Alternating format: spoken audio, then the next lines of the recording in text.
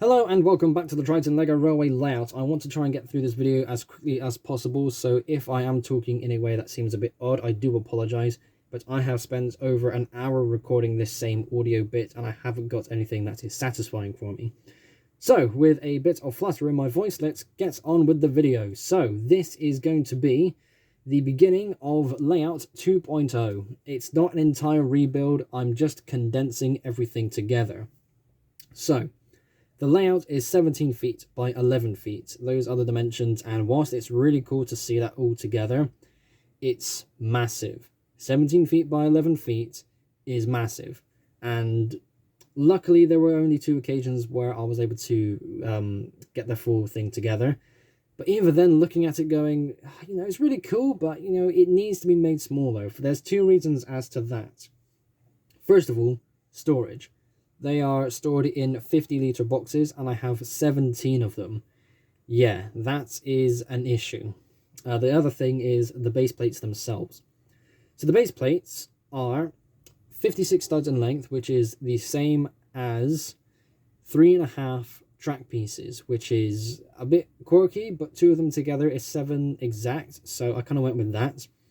But storing them in the boxes was really awkward. Some of the base plates would have 4 track pieces on them, and half that track piece on the end would kind of stick out, and that would kind of bump against the shape of the box, and it was just really annoying. And even then, 3.5 to begin with is just stupid. So I have now made the start of cutting down the base plates I'm using to be 48 studs in length, and that is the same as 3 track pieces exact, which is much better. The base plates I'm using have been made known in the past during other layout videos. These are own brand base plates, so cutting these up is something I'm perfectly happy with doing. LEGO do make 48 by 48 base plates, but they are expensive and I do not want to have to buy a load of base plates all over again just to rebuild the layout. I've already got some, I'll make the modifications, it's fine. The goods yard was modified, as you see in this video, this is the end result, to go from 28 track pieces in length in total, which is also done over 4 segments, now to 3 segments at a total of 18 track pieces in length, which is lovely. So that's one thing. I am not too sure what I'm going to do with the other segments. I will get to those appropriately in due time.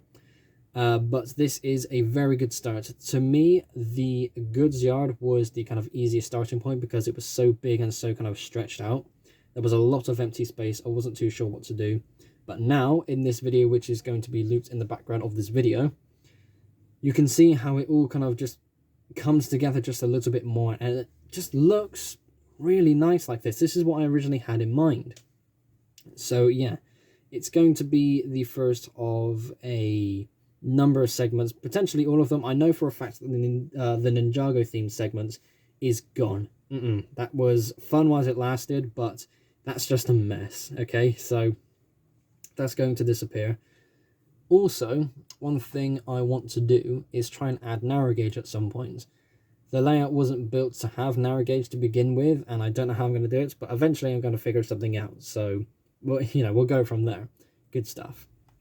So that's basically it. Storage was one thing, the base plates were another. The goods yard was a nice starting point, and we're on our way to Layout 2.0. I don't exactly know what's going to happen with the end, the end layout. I want to make sure it's still big enough that I could sit in the middle of it, but I want to make sure it's not too big where I kind of look at the whole thing and go, I wish this was still a little bit smaller. It's nice to have that overall size, but there is such a thing as too much. And, I suppose this is the point where I've now discovered, at LNUR Fest more specifically, that was when I thought, yeah, this is actually too big, this is too much, it needs to be condensed down. So, yeah, that is everything I can basically really say in this video. There are other things I've tried to make known in previous takes, but basically went nowhere. The layout is still going to be as it is, it's just going to be a bit more squished together. The only thing that is going is the Ninjago section. Again, that was fun whilst it lasted, but that was just silly, and that's gone now. The shed, the main station, the small station with its own road bridge, the big bridge as well, all of that's still going to be part of the layouts, but I don't know how I'm going to be able to integrate it. whilst the sides and the straight sections are going to be condensed down, the corners are going to have wider radius curves. So that could be the thing that makes it easier for me, because I did say moments ago, I want to make sure the layout is still big enough for me to sit inside of it. At the same time, I need to make sure that the dimensions aren't still crazy big. So I might be able to squish down... Okay, you know, I probably shouldn't say this because I am thinking out loud, but I'm going to keep this in the video so you can understand my thought process as well. There are things I want to try and stretch out, things I want to try and squish down. The wider radius curves are going to allow some interesting opportunities for that. But I will leave that all to its own time. I'll let it all unfold as we get to those segments. I will, of course, be sharing those videos when those segments are complete. And I will make sure to do much more proper videos, like I do with my mock showcases, where I show individual bits and actually give the live commentary to you. Instead of this one where I record something a week ago and then do the audio for it that 1 week later. So yeah, a bit of a janky start to Layout 2.0, but I for one am very excited to see what happens. A lot of money was put into that Trixbricks order, which is something I made known on a post as well, which is like well over triple digits. But I've finally gone ahead and bit the bullet on that order, and things are going to get exciting, things are going to get chopped down, parts are going to come back to me again, so many track pieces will be mine again. Yes, you know, I don't have to go on eBay and Bricklink and spend £2 per track piece, which is just ridiculous. So yeah, there we go.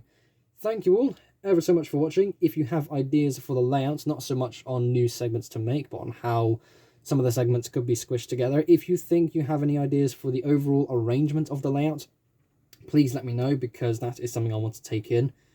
The wider radius curves are going to make things more interesting, but again, that's more things to figure out. But if that's something that you have more experience with than I do, then again, get in touch, because all the help for making a better layout will very much be appreciated.